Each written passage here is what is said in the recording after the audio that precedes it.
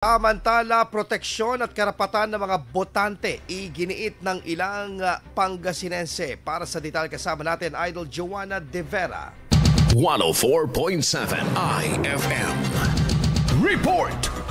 Iginiit ng ilang botante sa Pangasinan na dapat lamang na maprotektahan ang kanilang karapatan bilang mga botante sa kasagsagan ng eleksyon. Ani ng ilang botante, talamak ang vote buying o pagbili ng boto ng mga mapangahas na kandidato, kaya nararapat lamang umano na paigtingin ng bawat isa ang kanilang paninindigan na bumoto ng tama at nararapat.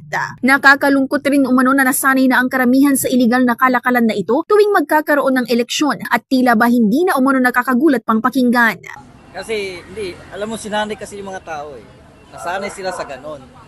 Kasi kung walang kang ganon, talo ka na. Yung mga tingin ng mga tao ngayon. Samantala, iginiit naman ang hani ng kapulisan sa Pangasinan na nananatili itong non-partisan sa pagtitiyak ng kaligtasan ng publiko sa kasagsagan ng election period. Lagi nating ini-emphasize sa ating mga hepe na dapat araw-araw kausapin nila ang ating yung hani ng kapulisan na dapat maging neutral at non-partisan. Dahil unang-una, paano magkakaroon ng tiwala ang ating mamamayan kung ating mga kapulisan mismo ay merong pinipiling kandidato. So nandito kami para both lahat ng partido, regardless of kung anong affiliation niya. Karapatan na responsibilidad namin na maging secured sila at sa atin namang mga mamamayan para ma-preserve natin yung sanctity ng votes nila. Kasama mula dito sa IFM Dagupan, ito si Idol Joanna De Vera, Tatak IFM.